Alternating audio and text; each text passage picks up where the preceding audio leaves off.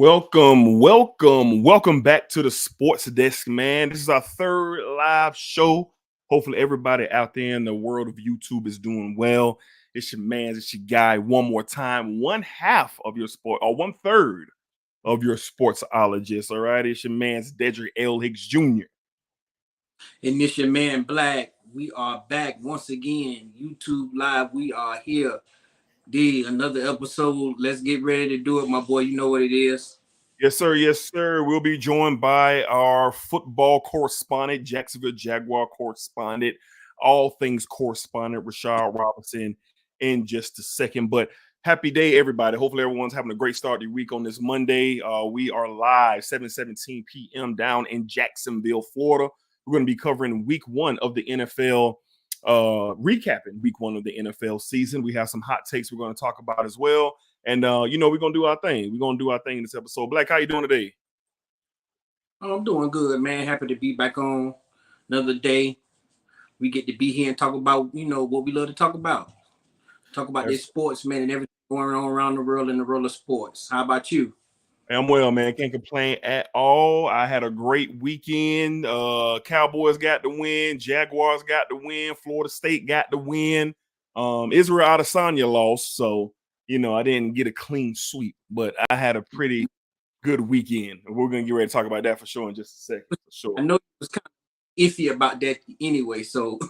Yeah, I mean, we were talking about it. We were talking about it last week. Was Adesanya was going to have what it takes, to get it done. But welcome to the Sports Desk Live YouTube. Remember, folks, show us some love. Hit that thumbs up, like, comment, subscribe if you have not already. We're just getting started here with the Sports Desk Live. We added some additional shows. Hopefully, you guys were able to check out the new show, the Jaguar Breakdown Show with Mr. Mood and Chains, Rashad Robinson. We did another show, What Do You Want to Talk About? We debuted that last week as well, and we have more content coming on the way. If you are in the chat, man, we appreciate everybody, man, who's jumping in the chat, showing love. Show love, drop your comments, drop your questions, man. We'll be interacting and doing a live chat as well. So, Black, let's go ahead and get into today's show, man. Let's go ahead and get into the hot takes that we have for today. Black, let's see what we got going on first, man. Let's show some love to Coco Gauff. Coco Gauff, man, being the one of the youngest women tennis player in all of the world at 19 years of age. She's the first person to do it, the first woman to do it since Serena Williams over decades ago to win the U.S. Open. Such a grand feat for such a young athlete who is just really, she looks like before, like she's before her time, just how great that she's ascending. So Coco Gauff, man, what did you think about her accomplishments on this past weekend? Man, just was amazed by the way that she performed, man. Like, to see her at the age of 19 being down a set to be able to rally and win the next two sets, that was amazing to watch, D. And for her to take down number 2 in the world on her way to be number 1, that's a big deal. She came through adversity, was able to respond and win the championship. I see big things for Coco Gauff, man, moving forward. And this is just a stepping stone, her first major in tennis. It's just a stepping stone for things to come for her. Yeah, I definitely agree, man. Stepping stone for her. She is just, like I said, ahead of her time. All right, very skilled, very talented. Faced a very tough opponent. Had a great run in the U.S. Open. So look forward to see how Coco Gauff's greatness continues to shine. As at 19 years of age, she's already winning major championships. And tennis is a tough sport. You're mano y mano. It's solo dolo out there. You know what I mean? So you got to really bring it, man, because you ain't got no help on the way like NBA and NFL and baseball and things like that. So shout out to Coco Gauff. All right, let's get into our next topic. Man, Israel Adesanya, man. His second loss in 3 fights, man. Black, you can go ahead and kick it off, man. While how surprised were you about this? Because, we had some conversations about this, and I spoke about Strickland being a tough opponent for the Stylebender, man. Talk about it, man. Man, I was shocked. I was shocked. Expect Adesanya to have that type of showing. I mean, he got dominated, D. He got dominated by Strickland. He did. And I was Strickland because the one thing that Strickland did is pressed him, kept that pressure on him for him not to get comfortable in what he wanted to do. Like, I was sleeping on Strickland, but shout out to him, man, on a huge win. Adesanya, I got some questions about him now. So is this going to be a thing? Are you going to be that dominant champion to continue to uh, defend the belt, rack up wins, or you just going to get it back to lose it again? Like, I'm not a fan of that, D. I don't know what's next for him. I'm pretty sure it's going to be a rematch with Strickland, but what then? I don't know. I don't know if you think he. I don't know if he's still hungry the way he used to be, D. Because he didn't went through the division once or twice before, but he's on the thing where he's winning then losing, winning then losing. I'm not a fan of that, so I don't know if his hunger is still there, D. I'm kind of concerned about Adesanya, but I'm pretty sure he's going to get a rematch, and my hopes is he'll look a little different. Yeah, you don't really see this in MMA, especially with a fighter in his prime, like Adesanya. You don't see the champion really lose the way that he lost by KO, come back, win the title in devastating fashion over Poirier, and then go out. And let's just call it what it is. He got whooped by Strickland. He got whooped. He did. Totally dominated by Strickland. It was really nothing to support Adesanya that he was, winning this fight, except in the second round. That was his best round of the fight. Now, I will say this about Adesanya. He did not look like himself at all on the build-up to this fight. He was very subdued, very, very not like him. So not giving him any excuses, but something's going on there. He didn't talk to the media after the fight. Dana White was trying to get in contact with him. He told Dana, I'll talk to you later. So something's going on over there with Adesanya and his camp. Like, again, not giving any excuses. Strickland deserves all the accolades. He won the championship. He's the world middleweight champion of the world, and he deserves it. But a rematch is going to happen. Do I have questions about Israel Adesanya? I don't. I think Izzy is a fighter, and he will fight anybody. And in the fight world, any given night, man, you can lose. But this particular loss by Adesanya, this is a little troubling to me because, one, he was dominated. He didn't seem interested. So I want to know why. So once we hear from Adesanya at a point in time we get to talk to him or hear from him, then maybe some of this will make sense. But this fight, when you watched it, it just didn't make any sense whatsoever. Yeah. Whatsoever. And he also did his post-fight, but he only did it for about 5 minutes, D. He was like, he didn't answer anything. He didn't answer anything. He talked, and his manager came in. Yeah, he talked for like about 5 minutes. Well, he didn't answer their questions. He didn't answer their questions. He didn't answer any questions at all. That's not right. what Right. But he said a few words and like he was disconnected. I know he just lost, but it seemed to me it just seemed like he's really disconnected from what's going on. I don't know if he's disappointed in his performance or is 185. He's bored with it now, ready to do something else. Nah, I don't think that at all. He's never fought Strickland. He's never fought him. It's not like he's going back through the division. He's not going back through the division. This is a new challenger. Pereira was a new challenger. Like, this is not the same guys. Now, if he was fighting the same guys, Paulo Acosta, if he was in a defending the title against Brunson, like if he was doing that, then okay. But no. I'm not giving him that. These are new challengers, and the middleweight division is on the come up for sure. All right. Let's we got my guy Rashad, Mr. Moodham Chains down in the comments down here. Let's go ahead and get Rashad in here so we can talk about this buffoonery, this disgusting display of basketball by the men's USA basketball team. Rashad, what's going on, my guy? Rashad, what's up, fellas? Y'all all right? Yes, sir. Right. Welcome, my guy. How's it going? Pretty good, man. I had a pretty good day. How about y'all, man? Hey, can't complain at all. Well, Rashad, let's go ahead and jump into it, man. We're doing the quick takes right now with the Sports Desk. Appreciate everybody who's watching on YouTube Live right now. Be sure to hit that thumbs up, hit that subscribe button, show us some love, man. That algorithm pushes out when you guys hit that thumbs up. Men's USA basketball, what an atrocious, disgusting display of basketball shown. Look at these guys right here pulling up on the screen. Brunson and Halliburton. Just in pure disgust. Look at these guys. Look at these guys. Again, in the worst way, men's USA basketball is not represented in the FIBA tournament. They didn't even medal. Germany won the whole thing. You see Dennis Schroeder holding up the trophy. Unbelievable. Black, let's start with you. and me and you, we talked about this in group chats. What's the problem here? What do you see here with the talent that the NBA sent to FIBA that they couldn't even get a medal? I think the one thing I think is the problem is no leadership on this team. Okay. Steve Kerr is the head coach. I don't think no one on this team is holding anyone responsible for the play on the court. That's one of the players, not the coach, the players. You need a leader on the court, and they don't have that. You know, I thought guys like maybe Brandon Ingram, you know, Ant-Man, I thought one of those guys probably would have stepped up, but Ingram seemed like he was totally disconnected. He didn't want to be there.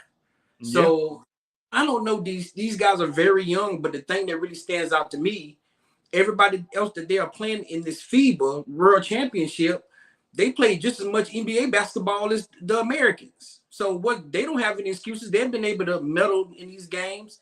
They're joining their teams late and still playing well. Dennis Schroeder was just with the Lakers, Western Conference Finals. Him and Alton Dyes on the same team, and they found a way to win a gold medal.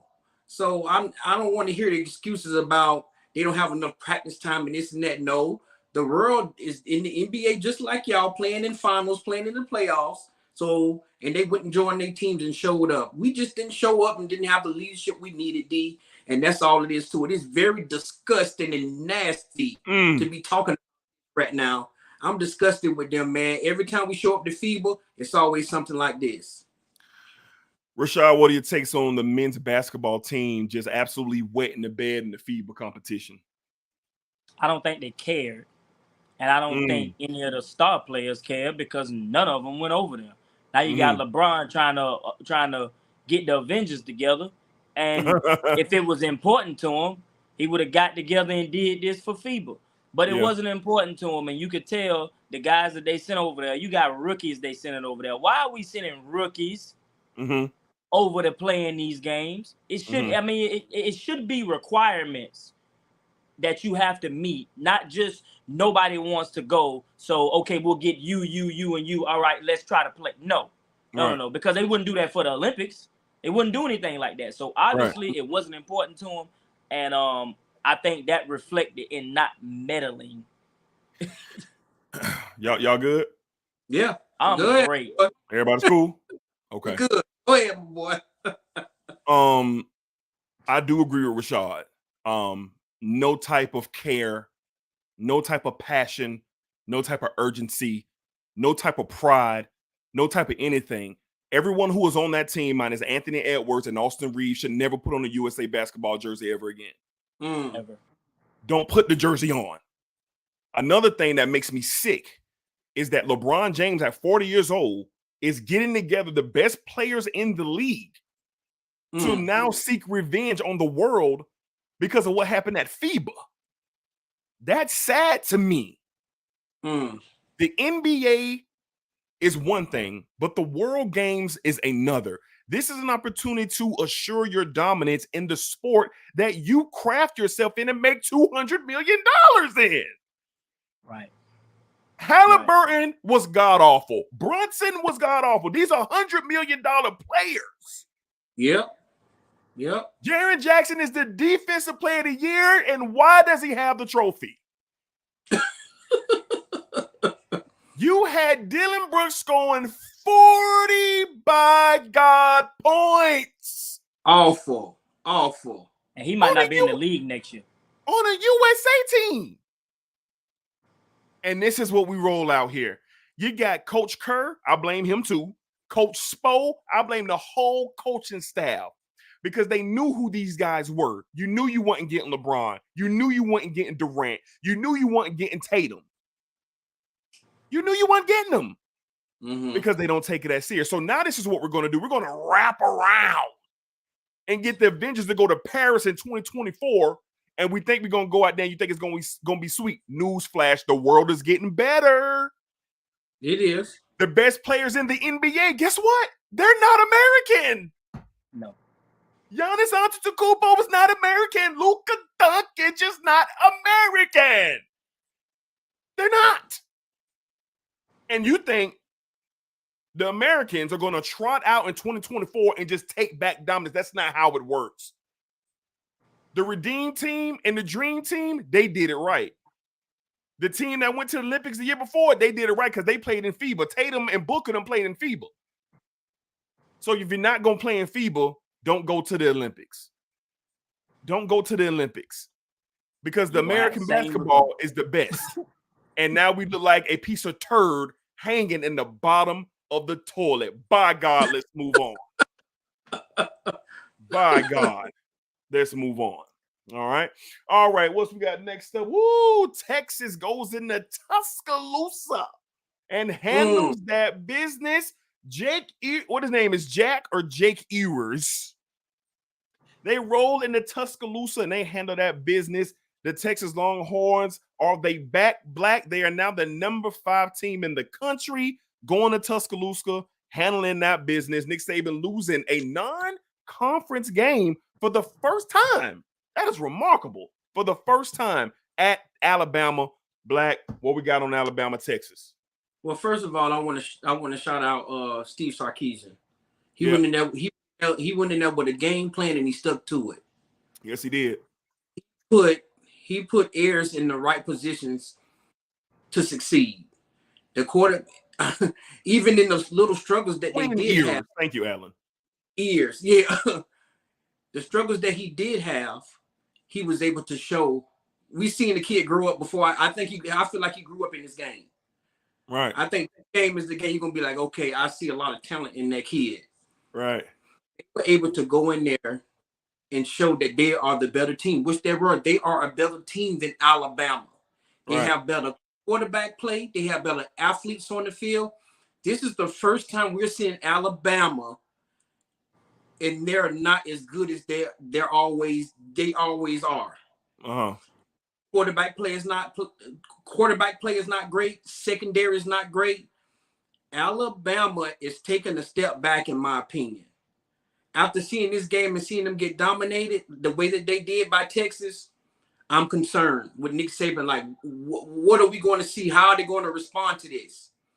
We've always seen Nick Saban be able to have quarterbacks who wasn't the biggest names in college football, but they did their job right. This kid Marrone he can't do the job correctly. He's great with his feet, but he can't throw the ball a lick. And we was able to see that. And Texas knew that. And that's what they game plan for. I need to see how Nick Saban is going to adjust to this. Do he go with the guy that transferred from Notre Dame, or does he take the true freshman and start him? Some questions answered at quarterback, D. Yeah. Really holding them back. And the secondary is just god awful. Nick Saban, you need to go to the portal or figure something out with that secondary. Because it was non-existent in this football game. I mean, pass interference all over the field. Number 3, Arnold. I mean, he had to have about 4 or 5 pass interference. I just didn't understand. It didn't look like a Nick Saban team we're used to seeing. Right. On a huge win, and yes, to answer your question, Texas is back, D. Rashad, your thoughts? Texas, Alabama. What was your outlook on the game? Well, Texas is definitely back, but this is what happens. This is the first time since Saban has been at Alabama.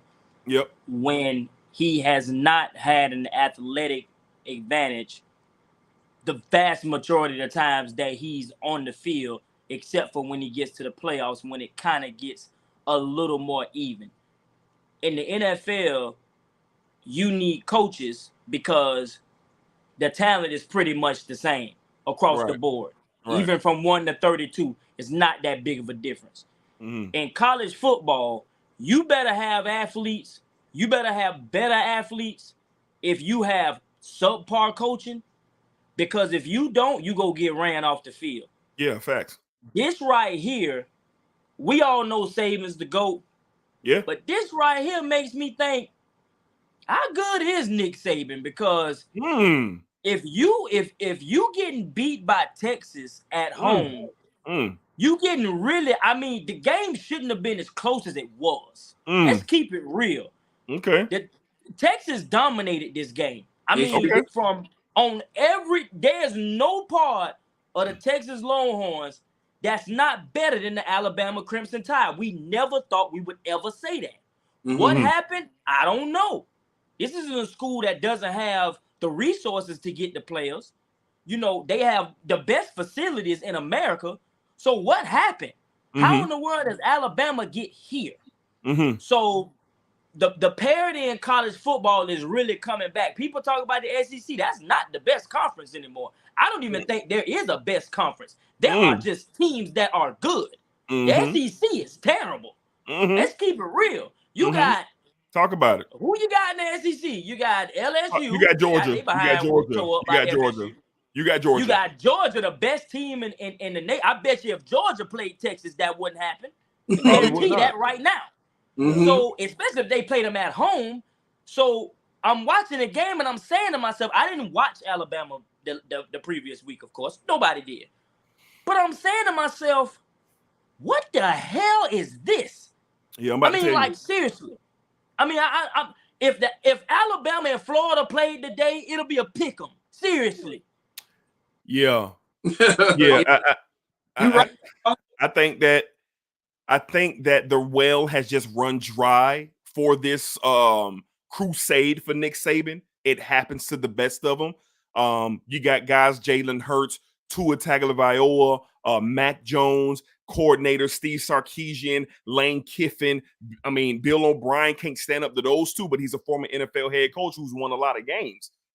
So the well is kind of run dry. The cupboard is kind of bare. The talent is on the field. The speed is there. It's there, but the coaching staff is not the same. The quarterback play is deficient.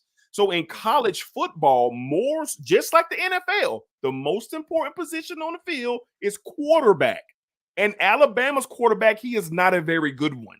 He's athletic, and he's skilled. But when it's time to drop back, like he had some horrible misses to wide open wide receivers in this game. Texas is just a better football team. Ernest is the better quarterback. Sarkisian is not the better coach, but he had the best game plan for what he knew he had coming into Tuscaloosa with him. That's it. And they got the win. Nick Saban will bounce back. He is not going to lay in the drums. Alabama has been in the playoff or the national championship game since 1975. Okay, so he will return. And Nick Saban will not get lost in the shuffle. He will not get lost in the fold. I will say these last 2 points about this. Texas, they are back for now. Do I trust that they will get it together and run the table, win the Big 12, and make it to the playoff? The jury is still out for me. That was a big game on the road that's going to propel their season. But can they go to Texas Tech and hold it down and win? Can they do that? Can the Baylor Bears, when they come into town for a big, can they beat Baylor? To win a championship, you got to do what you're supposed to do. So the jury is out still on Texas. Last point on Alabama, it's going to be a rough year for them. Yes, it is. It's going to be a rough year for them. This might be the year Saban mess around and get 4 to 5 losses on his record this year because there's Ole Miss can get them. LSU can get them. It's teams out there. This might just be the year they don't make it to the SEC championship. It might be the year. So he's going to take his lumps this year, but he'll be back. He'll be back. So if you're going to get him, you better get him now. And Rashad, the SEC, I'm glad you said it. The balance of college football is exactly that. It is balancing out. Look all over the country. The Pac-12, which is no more as of the end of this season, has the best quarterbacks in the country in their conference. Yep. They got 4 or 5 of them out there slinging it. Yeah. So it's very interesting to me that the balance is happening now, and that's why we're going to these super conferences in the Big 10, in the Big 12, in the SEC. You get these big conferences because the land of, hey, I want to come to your house and show you my rings. Come and play for me. Who cares? What's up with that NIL money? Exactly. Okay, I can come out there. Right. Yeah. So that's why that balance is starting to show. But we'll see. We'll see. All right, we got one more here. Coach Prime and the Colorado Buffaloes are now 2-0 real quick around the table. They go to Colorado State comes to them 10 o'clock ESPN this Saturday. They're favored by 23 points. Guys, Dion and the Colorado Buffaloes, they had a tough start to that Nebraska game.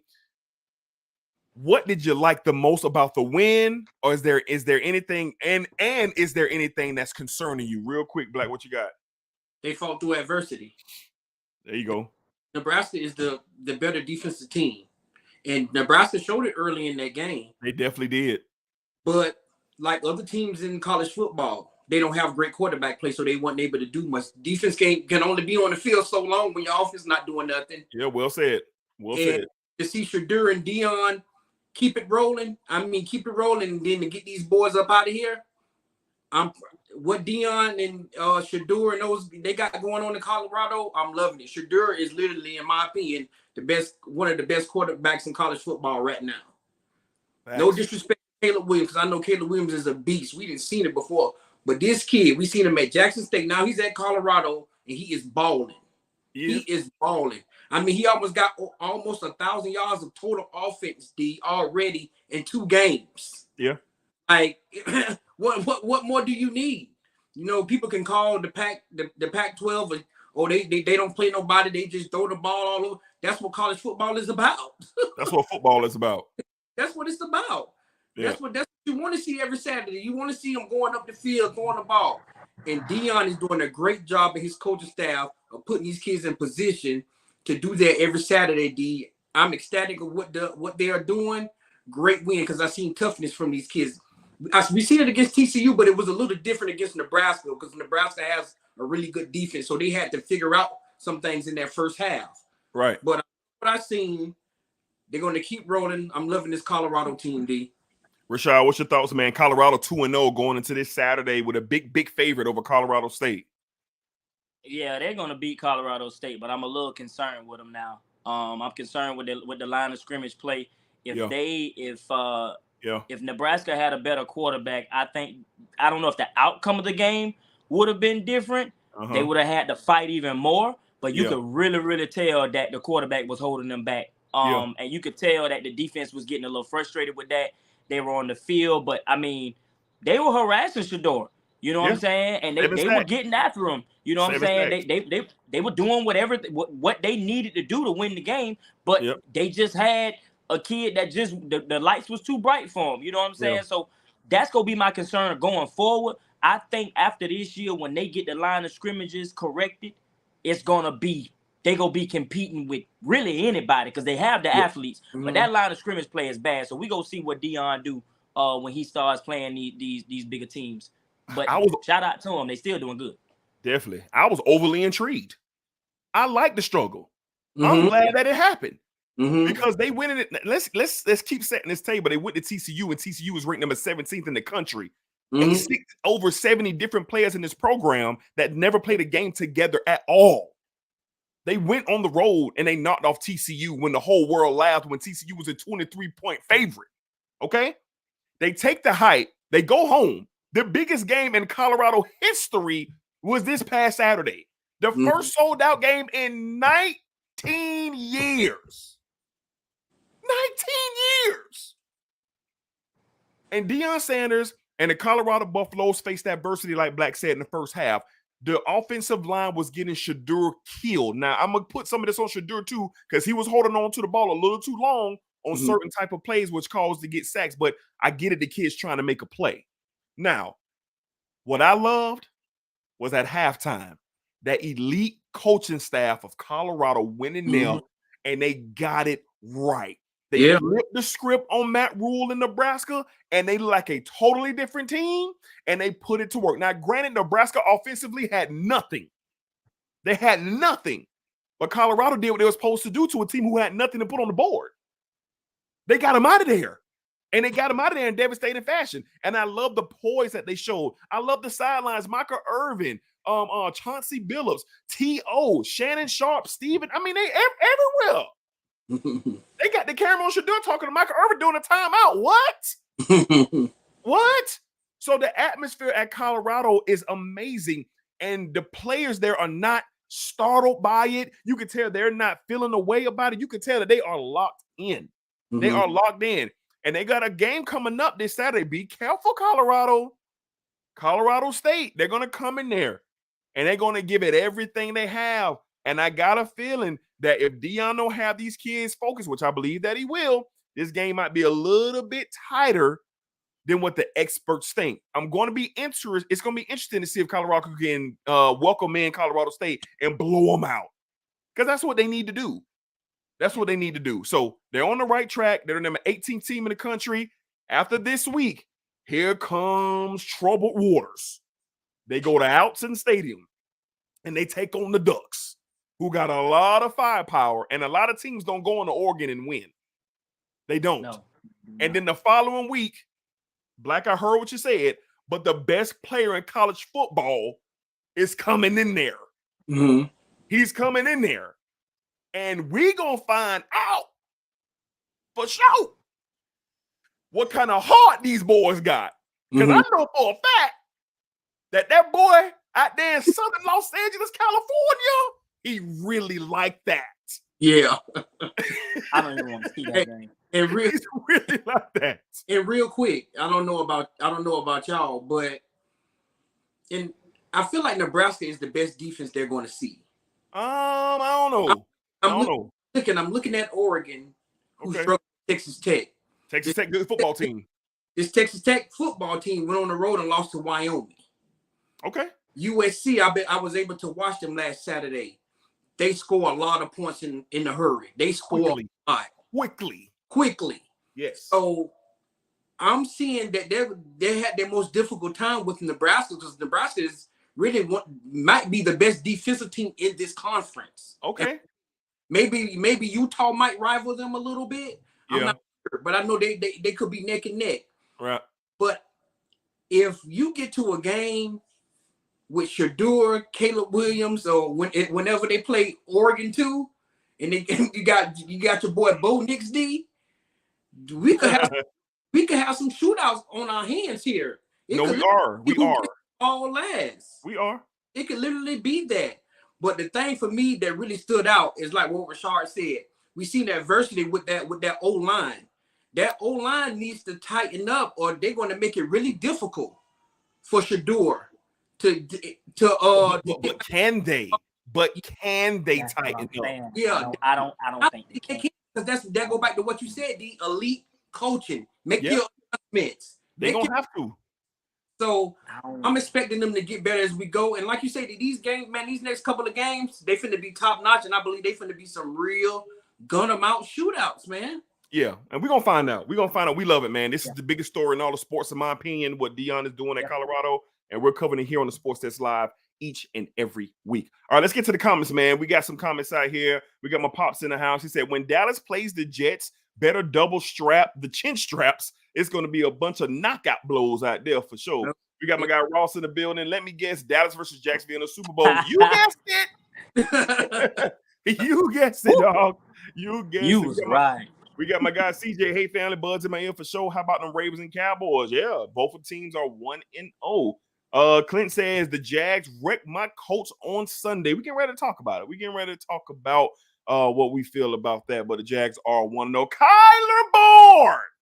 Don't get on this podcast talk about nobody else. 41-0 to you bums out there in East Rutherford, New Jersey.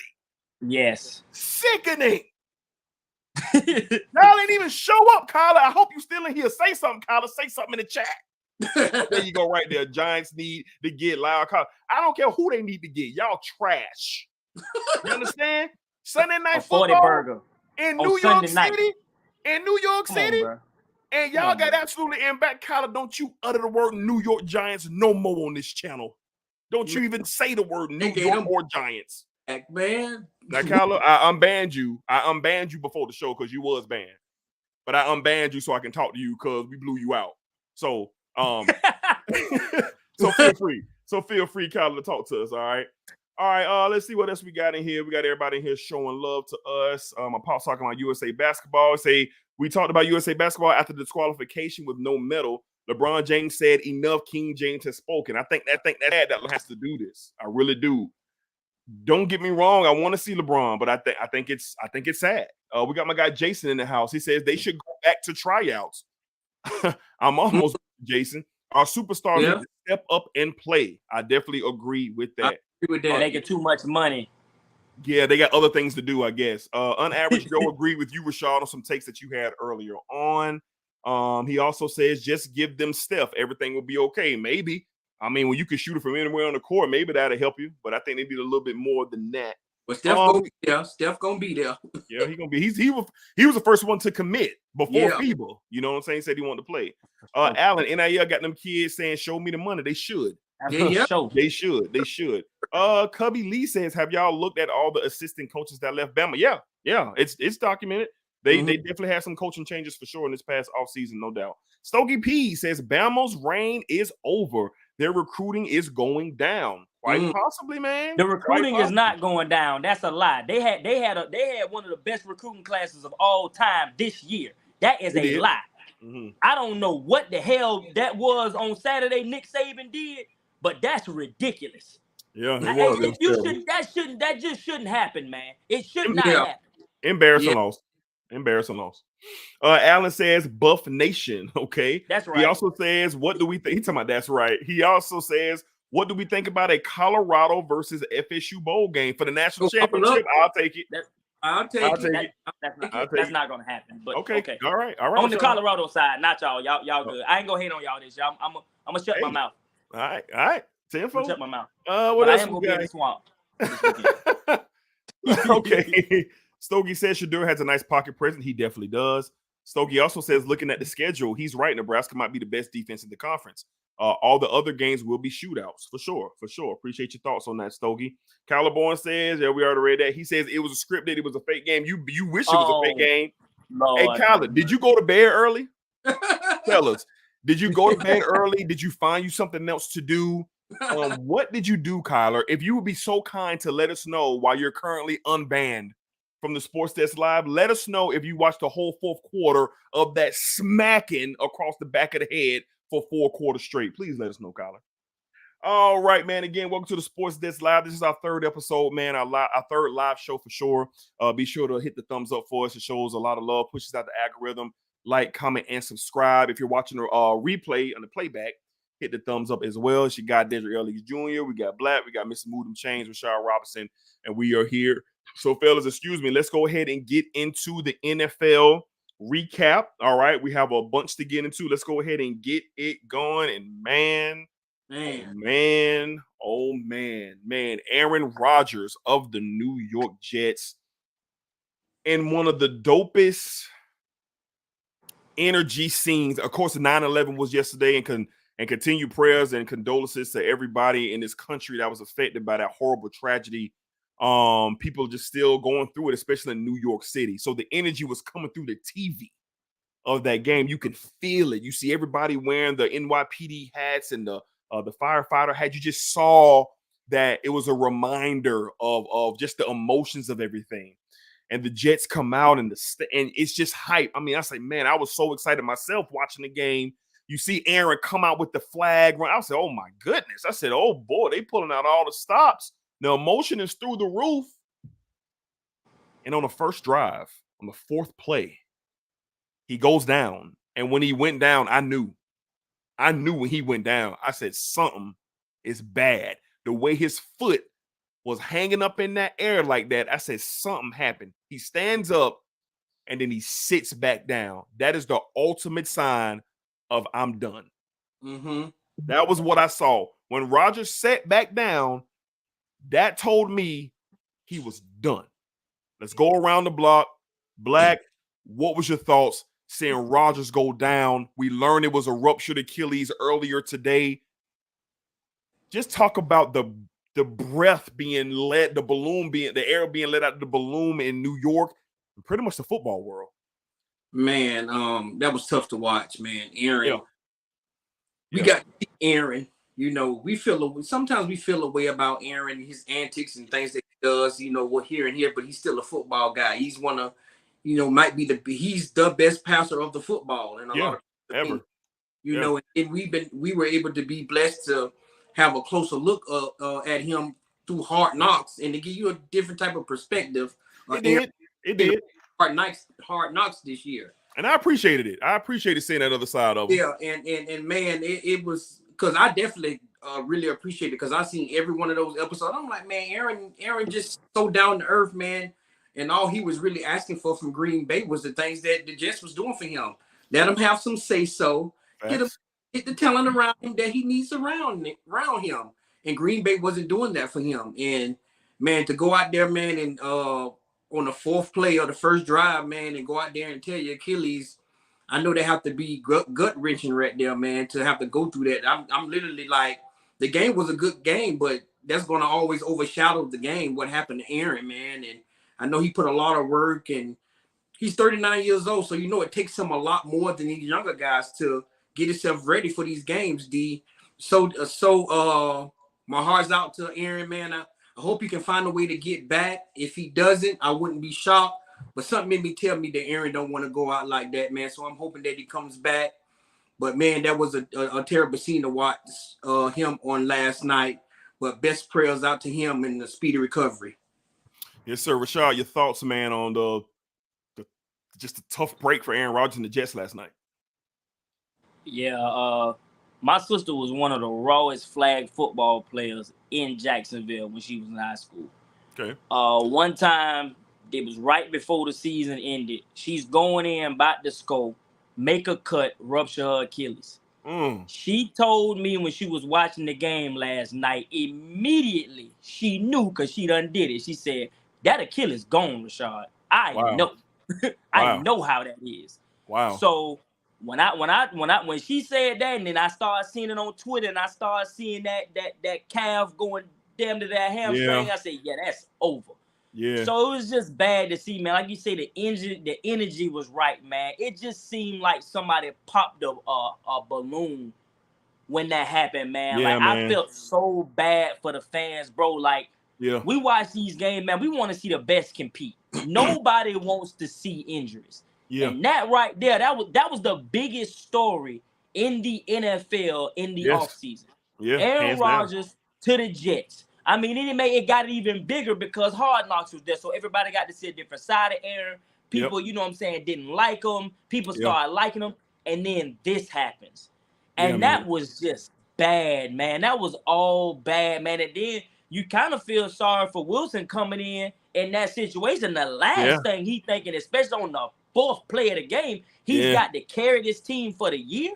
So the question is, Aaron Rodgers is done. But what are the Jets going to do?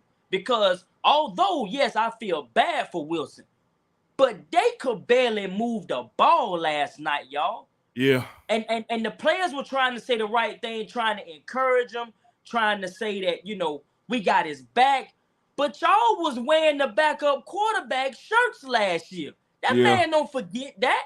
Yeah. You know what I'm saying? So you've already shown that you don't believe in this guy. Yes, everybody's in shock. Yes, everybody wants this thing to be on the right path. Right. But bro, they gotta do something about that kid because Zach Wilson looked like a deer in the headlights still. Yeah. Mm-hmm. Yeah. I think that first of all, it was just a gut punch, man. I'm sitting on the edge of my bed watching this game, and I'm just sitting there like, really, bro? Like, what? And it got me thinking, are the Jets curse? For all the youngins out there, back in 1999, they acquired Vinny Testaverde, one of the highest sought-after quarterbacks in the league at that time, to help propel the Jets because they had a very good defense, and they had been itching and itching. They just needed a very good quarterback. And in 1999, Vinny Testaverde was a top 10 quarterback in football. He goes down. Mm-hmm. He goes down as well. You see the Chad Pennington when he breaks his shoulder in half and never can return again. You see it now. Rex Ryan came there and they had some validity and they got to back-to-back AFC Championship games. I give Rex Ryan his just due, but let's call a spade a spade. If they would have had a quarterback with that defense, they would have won a title. They would have won the title. No disrespect to Mark Sanchez because he did what he could do. So this was the team that rivaled that defense. And you brought in a top, let's call Aaron Rodgers whatever you want. Is he a top 5 quarterback all time? That's for debate. Is he a top 10 quarterback of all time? That's up for debate. But the way he goes about the game with his talents is what the Jets needed, and now he's gone. Mm-hmm. I felt for Zach Wilson as well. I'm sure when he saw Aaron go down and get back up and go down again, his stomach dropped. Yeah. I know it did.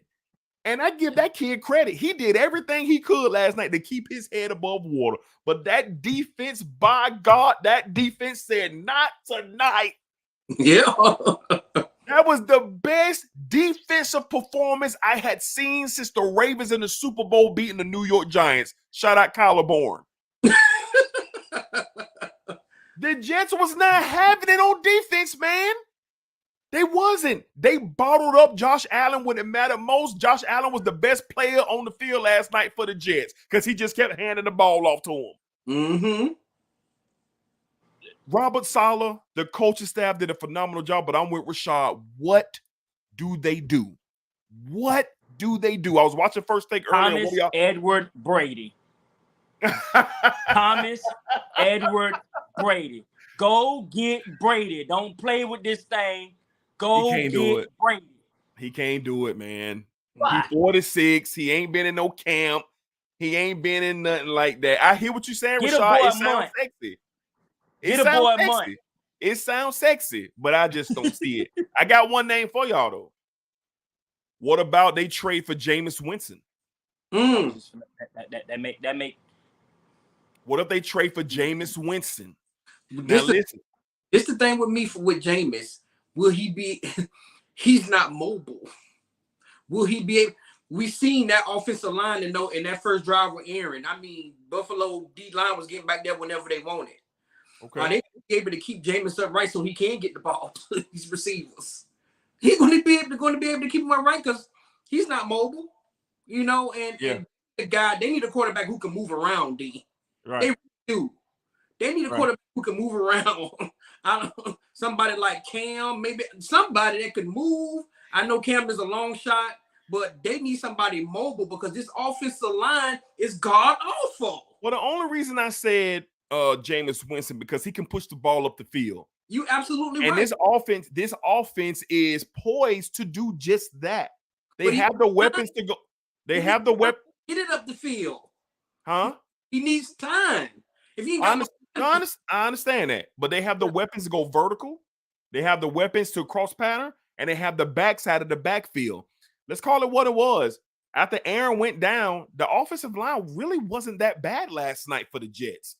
I mean, did Wilson get sacked a couple times? Yeah, he was, but I didn't think he was like atrocious. He was on the move a lot too. Now, he was. But this is just what I'm saying. I get what you're saying. Is that offensive line one of the best in the league? No, they're not. They're not. But I'm saying, if you can get a quarterback who can stay upright and can push the ball down the field, I just think it's something they should look at. Okay, something they should look at because I like this team can still construct it and they can still win. They can still win. I'm gonna say they can still win 7 or 8 games just with the defense alone.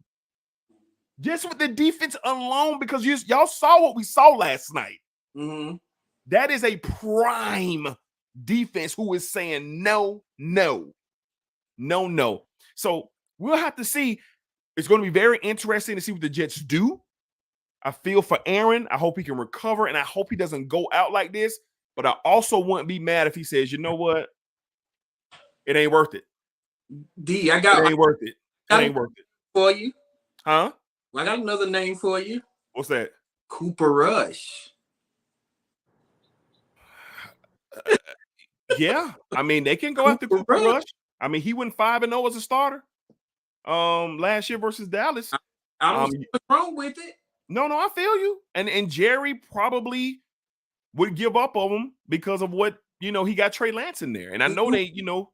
Do y'all believe he could get it done in New York if that was to be one of their moves? He could be another Brock Purdy.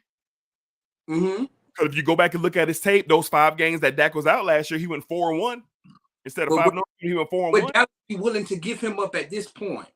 Jerry needs to give him up. Okay.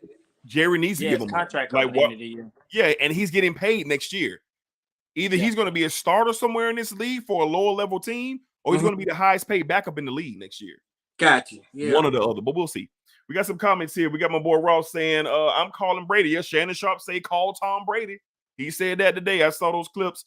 He said call Tom Brady. So he rocking with you, Rashad, as well. Kyler says the O-line is garbage, just like the Giants O-line. Don't do that.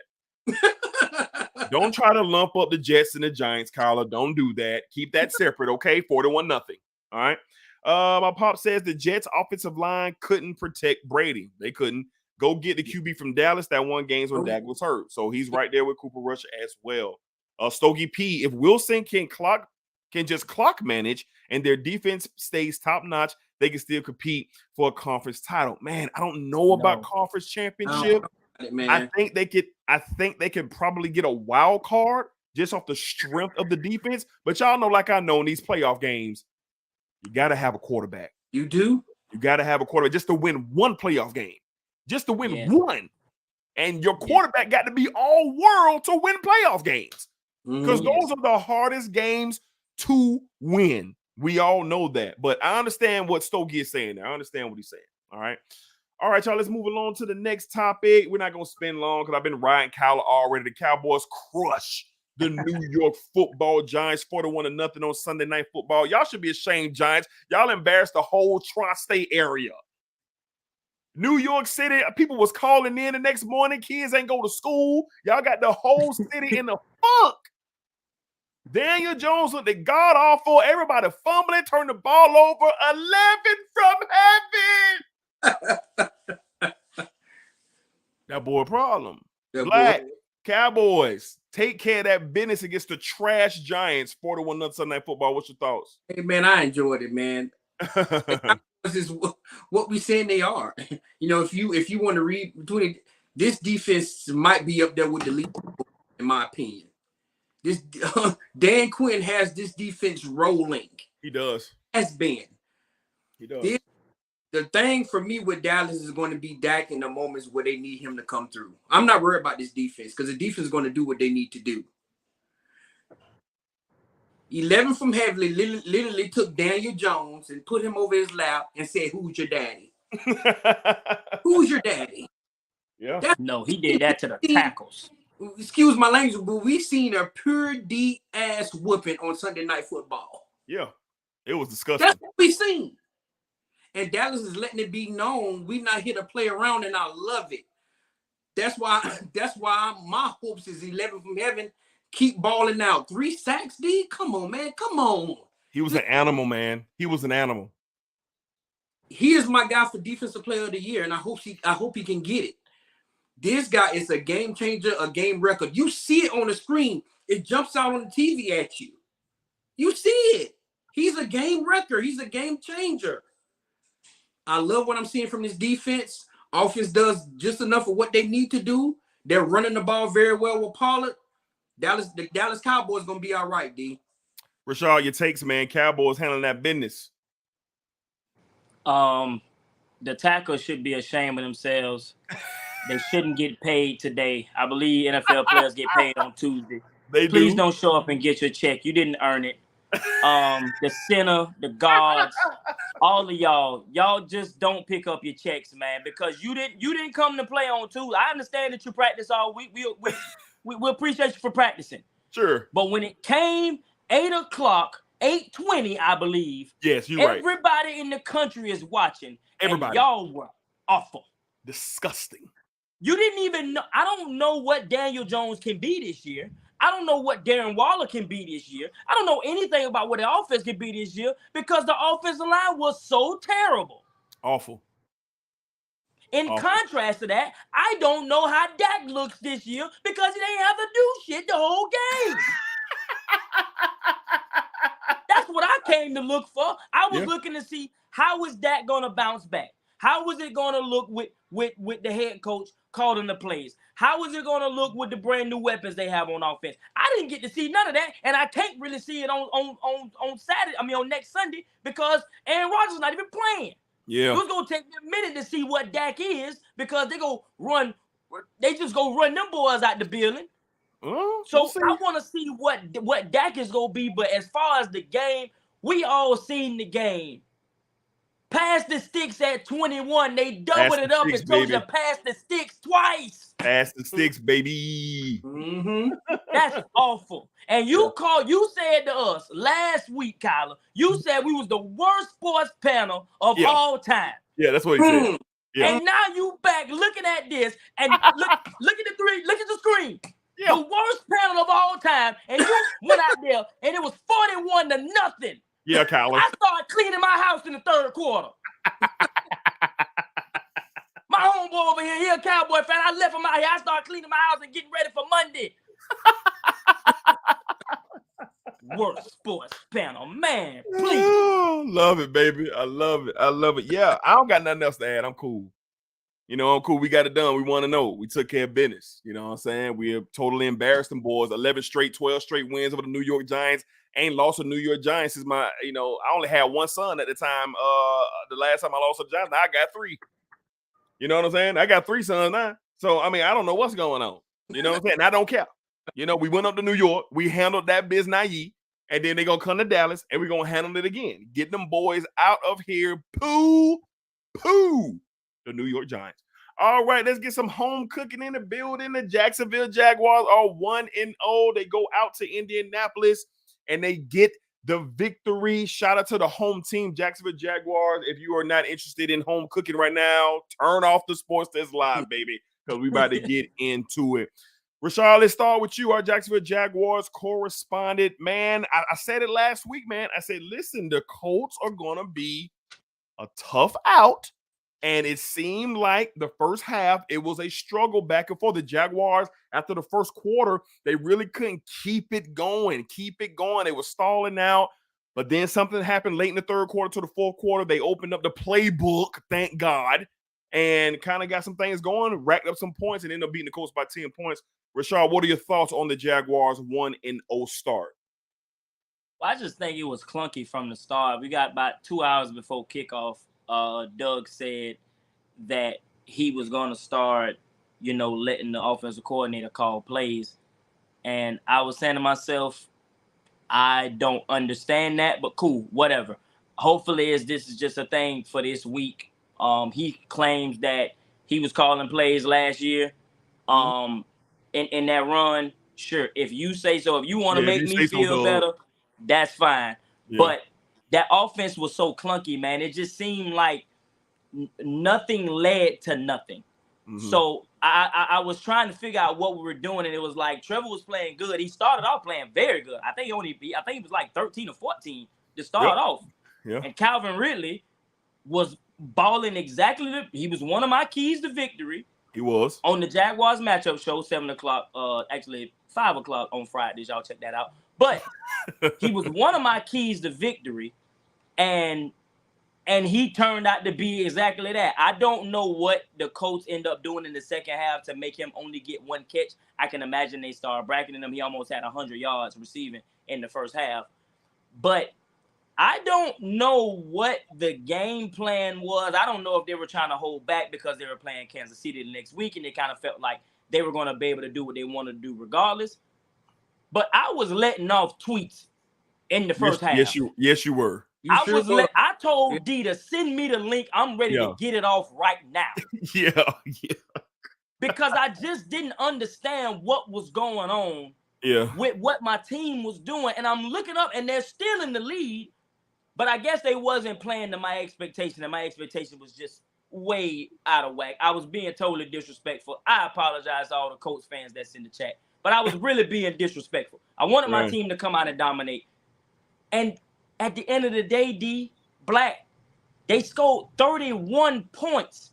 They did. Not assisted. They didn't have a block point. They didn't have a block punt. They didn't have no return interception for a touch. Offense scored 31 points. And if you went on Jaguars Twitter, you would have thought the score was 10-9. Right. And they scored 31. Yeah, so the defense played well. They did what they were supposed to do. They did. I don't have any expectations for the defense this year, except now I may have some expectations for Josh Allen, because Josh Allen, he hit a dude one time in that game, and I said, what is he trying? That kid has a family, Josh. Don't hit nobody like that. Yeah, he was all over the field. He was all over the place, man. He had 3 sacks. Okay, you want to say the other 2 sacks was he pushed him out of bounds. He was there to make the play to push him out of bounds. He got 3 sacks. So, underrated person in this game, though, was Tyson Campbell. Had 2 turnovers in this game. Yep. And nobody seems to be talking about that. 2 turnovers. The defense did what they were supposed to do on 4th down to get him off the field. I think we got a little fourth down happy, but overall, man, it was a good victory, and we own the Kansas City. The rest of that game right there, I'm throwing it in the trash. We gonna figure out what this team is next week. All right, Black, your thoughts, man. Jaguars get a key win, 1-0. 1-0. My Jaguars, they know how to win football games. Mm-hmm. Yeah, they know how to win. Now they do. We were seeing it towards the end of the year, playoff game against the Chargers, against Dallas, against Baltimore, against the Raiders. They figure out ways to win. Now they're going into this game with the Colts. They're in hostile territory, haven't won in there since I don't know when. Go through a little adversity. Defense played okay. I believe Anthony Richardson should have been a little more bottled up. It seemed like he was getting into a groove a little bit, but that didn't last very long. I'm seeing from my team that they know how to close football games. No matter what's going on in the game, they find a way to close football games, and that's something that we wasn't doing last year. Yeah. So that lets me know that the coaching is better, the team is more locked in, and they believe in this offense. They believe in it. I don't even think we called Christian Kirk's name one time in that game. I can't remember his name being called. Because there was so much other stuff going on. ETN ran the ball lovely. Tank Bigsby came in and spelled him. He did okay. He had a couple of rookie mistakes, but that comes with learning. But Ingram, when it was his time, he did his thing. Zay Jones, just, that's my guy. That's why I'm going to get that 7 jersey. I gotta have it. Yeah, coach, catch of Sunday though. That was the best catch of all Sunday. Man, Trevor Lawrence, man, the way he throw this football in those areas, man. This guy got all the talent in the world, man. Like, he's a good thrower he's a great thrower of the football. He put balls in areas where only his receiver can get them. That touchdown pass to Zay Jones was a thing of art. You want to see art on a canvas? There you go. That was that. Beautiful, beautiful football game for my Jaguars. I love what I'm seeing. And like Rashad said, hey, we got the dub. We went in there and won on the Kansas City, baby. I'm going to make mine quick, man. I was frustrated watching the game. I was frustrated watching the play calling. I was frustrated with seeing how things were kind of building up with this offense after what I saw with the first quarter and with Calvin really getting 9 balls for 100 yards in the first half and a touchdown. I become frustrated. The plays were running NTN up the middle, Tank Bigsby run them up the middle. I understand you got to run the football, but I just thought we would get a little bit more clever play calling with the weapons that we have. I was disappointed that Christian Kirk didn't get a shot down the field. I mean, he is to be utilized, and he was not at all. Mm-hmm. He was not utilized, and I didn't like that. I understand you got to get Calvin going, Zay going, Ingram going, but Christian Kirk needs at least 4 shots down the field. Mm-hmm. Set up a play to get him down the field because he's going to have one-on-one coverage. He's not being doubled at all. At all. Because number 0 is going to get that attention, and he deserves it. That's a man out there. Yes, it is. You understand? So I think it's gamesmanship. And I'm gonna tip my hat to Doug because number 1, I think he's lying. The offensive coordinator ain't calling no plays. That's number 1. Number two, I think he know that Andy Reid and the Kansas City Chiefs was coming down to Jacksonville, and I didn't think he wanted to show his hand. I think he was forced to show his hand as we got to the third quarter, late in the third quarter, and go to the fourth quarter, because all of a sudden, the playbook opened up. Yeah. All of a sudden, we start seeing these different designs with the wide receivers, up tempo, get back to the line, get it out, and go. We started seeing that again. So I'm going to hold my tongue. Not disappointed. Glad the Jazz got the win. Very happy. Want to know they scored 31 points and they clunker, like Rashad said. But going into this Sunday, I fully expect for Doug to have the big laminated sheet, not the folded one. Having the open laminated sheet and getting this thing going, because when you look at the weapons on the field, I mean, how many offenses out there outside of the Miami Dolphins? Good God, we're going to talk about them in just a second. How many other offense can rival what Jacksonville has offensively? Seriously. How many other offense can rival that? And it's not too many. It's not too many in the league. So I'm going to chill. I'm going to be reserved. That's pretty much my take. I'm going to wait for this Sunday. I will be in the building at the Kansas City Chiefs game this Sunday in the Bangham. I can't wait to be there. I can't wait to feel the atmosphere. And we're going to see what's up 1 o'clock Sunday versus the Chiefs. And hopefully we'll be 2-0. Hopefully we'll be 2-0. All right, Kyla says, we are indeed the most horrible panel, and Google needs to ban this channel. Thank you, Kyler, for your support. Thank you for watching every episode. I will reban you as soon as the Sports Test Live is over. We got my guy Josh in the building. He says, go Eagles, dropping a like and bouncing because I can't mess with the Jazz cast. Just kidding. Appreciate you, Josh, man. Thank you for stopping in and showing some love to us, man. Speaking of the Dolphins, man, my pops, Miami Dolphins are going to be a problem. Yes, they are. Let's go ahead and talk about the Miami Dolphins, man. Wow. Tyreek Hill, Tua Tagovailoa, and that Miami Dolphins offense. I want to kick this off. This is going to be our last topic of the night, guys. We're going to shut it down for the Sports Test Live. I was so impressed by the head coach of the Dolphins, McDaniel. Is it Daniel or the McDaniel? Yeah, Mike McDaniel. Mike McDaniel, yeah. Mike McDaniel. I was so impressed how he approached this game, knowing that he was going to have to go blow for blow with the Los Angeles Chargers. And he indeed did that. He had firepower. And he used all of it. Jalen Waddle on those floating screens come across the field. Oh, my God. Mm-hmm. You can't do nothing. Tua is so accurate. Tua looked healthy. A lot of people was curious about why he put on those extra 20 pounds, but it was just heavy weight. I see why he put it on, because he was able to throw some dudes off of him in that game.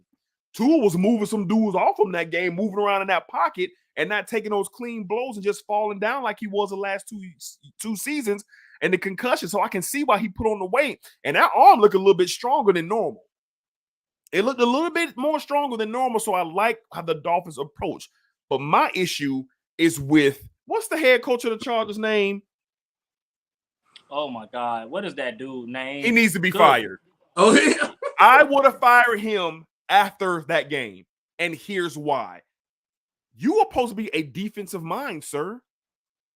Yeah. You have a loaded defensive roster. Let's not go back to the Jacksonville game in the playoff, since no one seems to remember that. No one seems to remember the Chargers being up 30-0 or whatever it was. No one seems to remember, but he kept his job. The Chargers scored points. That wasn't the problem.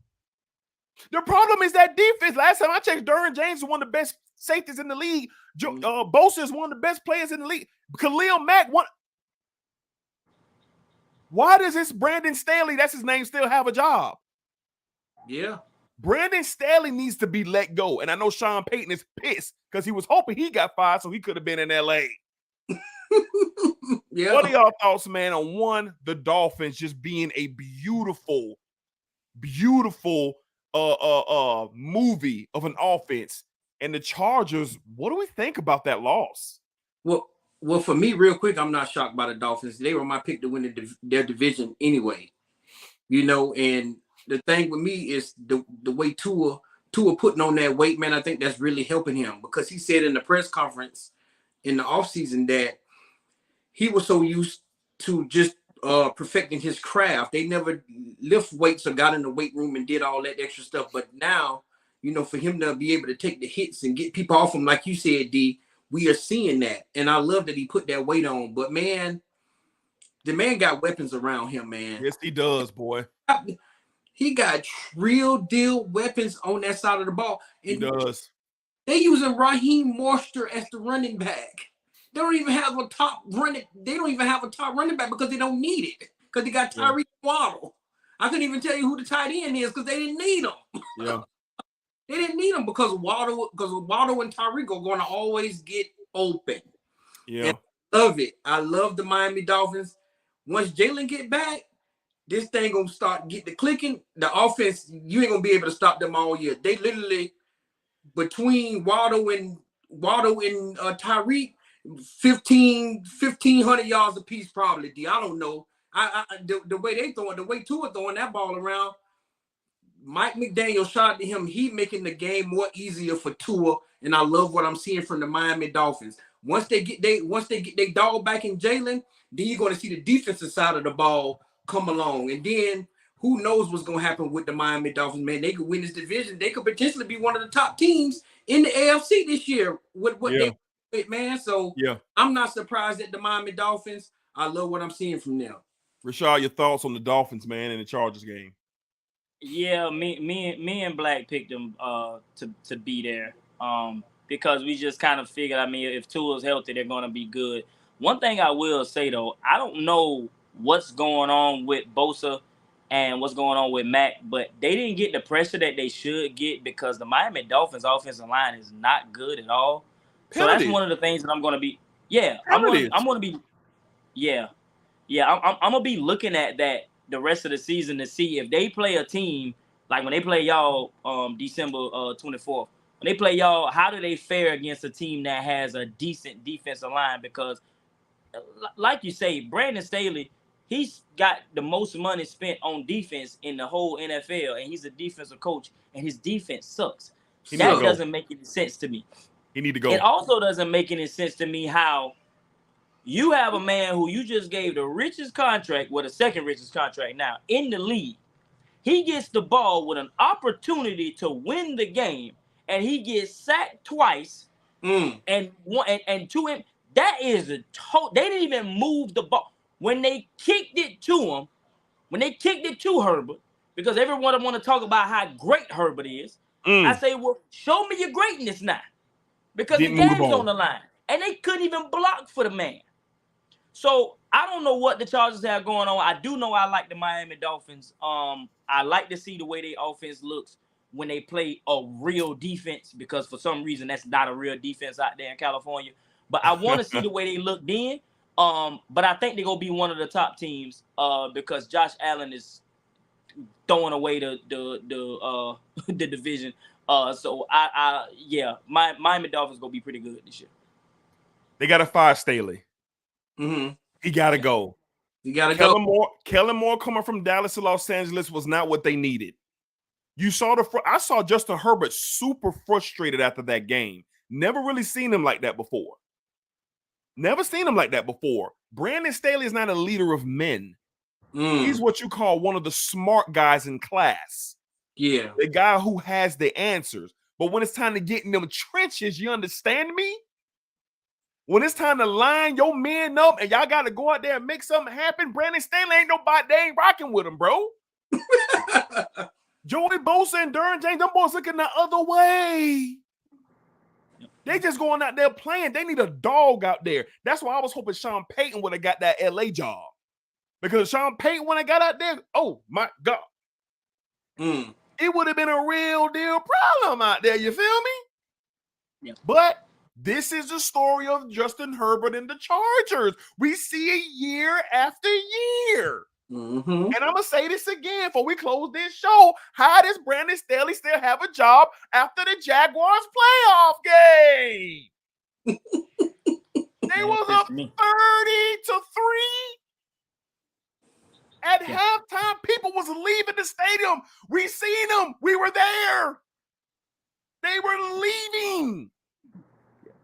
27, and in another 30-35 minutes, T-Law, that beautiful blue-eyed angel, Thor, a.k.a. the most beautiful man in the world, got it done. So I'm interested to see what the Chargers do. Last thing, y'all, I definitely want to get y'all thoughts on this. Last thing before we wrap it up. Are we concerned about Joe Burrow? No. Okay, we're not? Bad out. He missed most of camp. He missed preseason. Okay. Not great. Give him a few weeks. He'll be all right. Okay. I was just curious. That was pretty bad. Listen, yes, he was rusty. The O-line played awful, and it was pouring down rain, and he hadn't played in about 6 weeks. I'm not worried about Joe Burrow. Joe Burrow is one of the best quarterbacks in the league. Of course. Yeah. But not worried about we're not worried.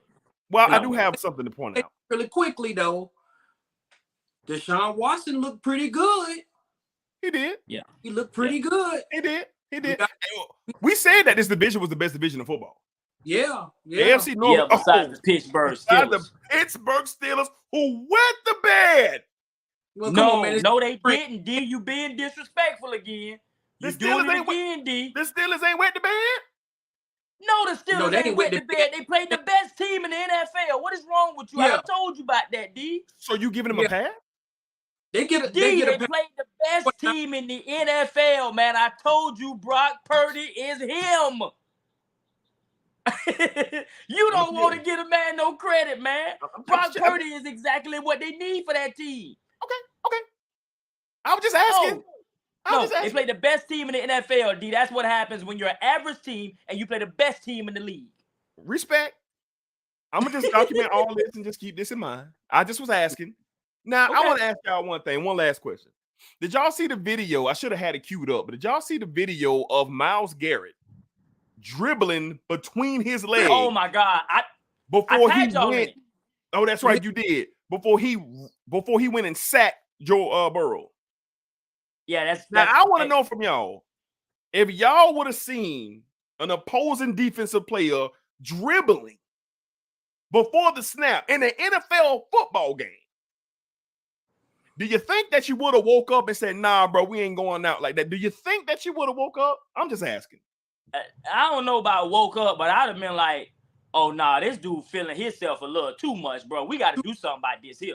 Like if you can start hooping in the middle of the NFL game, hey man, we gotta, hey man, that and then not only do you do that, it's not like you get stalled when you do it, you get straight to the quarterback. Nah, bro, we gotta do something about that, bro. Listen to me. We gotta do something about that. That tells me that whatever period where you get the trade or draft or free agency, offensive line. They had a chance to get Penei Sewell. Oh, the offensive line is still awful. Okay. And they're going to get Burrow killed. They just paid Burrow all this money. They're going to get him killed. I was just asking if y'all would have seen the man out there hooping. That's all I wanted to know. What's he going to do that when he got to worry about on the offensive line? All right. That's all I want to know. That's all I want to know. All right, y'all, man. We definitely appreciate you guys rocking with us for another show, man. We had a great time tonight. This is the third live show for the Sports As. We'll be back tomorrow night.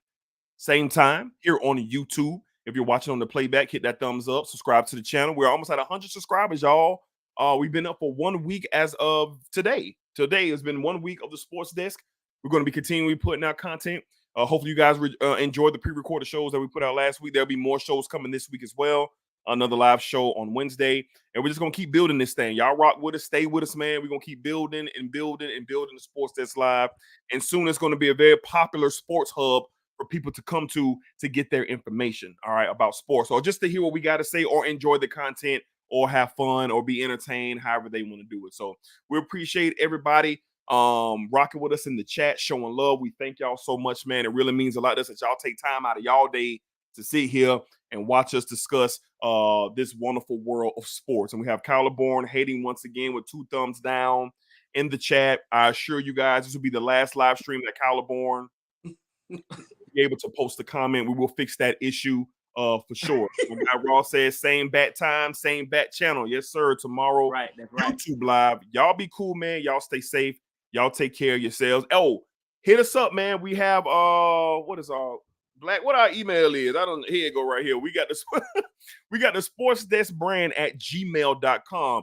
Hit us with your questions. If you want to make an appearance on the show and y'all want to challenge myself, Rashad, or Black on any of our thoughts and opinions, let us know. We would love to bring you on and have that scheduled, and you could come in and talk to us. So the Sports Desk, I'll have it down below in the description. The Sports Desk Brand at gmail.com. Email us. Let us know what you think about the show.